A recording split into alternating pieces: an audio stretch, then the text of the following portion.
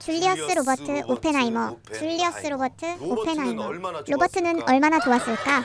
무한도전에서 하하가 읽었던 독후감 다들 기억나지? 오늘은 이 이야기를 해보려고 해. 영화 오펜하이머 얘기냐고? 아니, 후쿠시마 오염수 얘기야.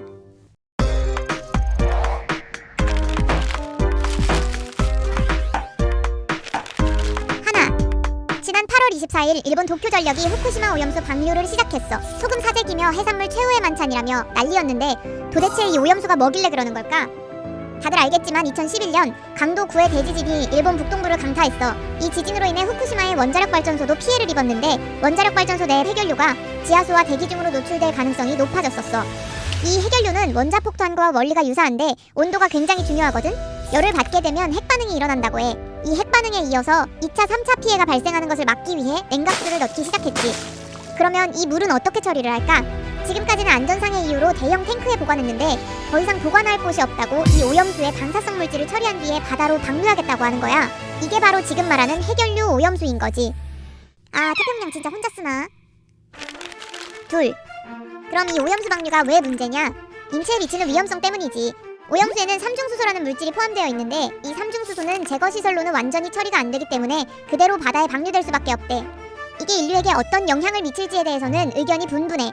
일본에서는 다른 나라 원전에서 나오는 삼중수소의 양보다는 훨씬 적은 양을 배출하기 때문에 거의 자연 수준의 물이라고 이야기하거든? 그러면서 인체에 무해하다고 주장하는 거야. 그런데 반대 측에서는 삼중수소가 유기결합을 하고 해양 생명체 먹이사슬 등을 통해 농축되면 피폭량이 상당하고 결국 인간에게 위험하다는 입장이야. 내부 피폭에 대한 위험성도 대두되는데 삼중수소가 우리 몸속에 들어오면 다른 방사성 핵종보다 세포에 더 큰 손상을 일으킬 수 있다는 거야.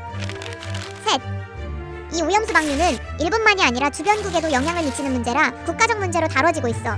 일본 수산물 최대 수입국인 중국은 일본 수산물 수입을 전면 금지하겠다고 밝혔고 홍콩 역시 수입 금지 대상 일본 광역자치단체를 기존 5개에서 10개로 늘리면서 대응에 나섰지. 그렇다면 우리나라 정부는 어떨까? 윤석열 정부는 지난 7월 7일 후쿠시마 오염수의 진실이라는 영상을 공개했어. 후쿠시마 오염수가 방류해도 안전하다는 내용인데 이 영상의 홍보, 광고비로 총 10억 원 규모의 문화체육관광부 예산을 집행했대. 분명 세금이 없다면서 여러 복지 혜택을 줄이고 있는데 좀 이상하지? 마치 일본을 대변해서 홍보하는 느낌이 든단 말이야.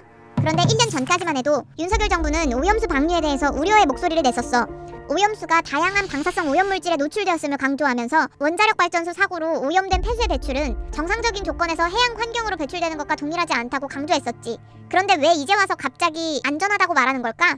혹시 아베 전 일본 총리의 후쿠시마 농산물 먹어서 응원하자라는 캐치프레이즈 기억나? 그때 그 아베 총리를 연상시키는 것처럼 윤석열 대통령은 수산물 먹방을 찍고 있어. 후쿠시마산 농산물을 먹어서 응원한 사람들의 결과가 어떤지 생각해봐야겠지? 일본은 방류한 오염수를 채취해 삼중수소의 양을 관리 감시하겠다고 했어. 그런데 지난 8일 오염수 방류 인근 바다에서 검출 하한치를 초과한 삼중수소 농도가 관측됐대. 바다에 변화가 일어나기 시작했다는 말이겠지? 도입부에 이야기한 오펜하이머는 원자폭탄 실험에 성공한 후 나는 이제 죽음이요, 세상의 파괴자가 됐다며 자책했다고 해. 빛과 어둠이 공존하는 핵. 바다의 자정 능력을 믿고 기다리기보다는 하루라도 빨리 방류를 멈추게 해야 하지 않을까?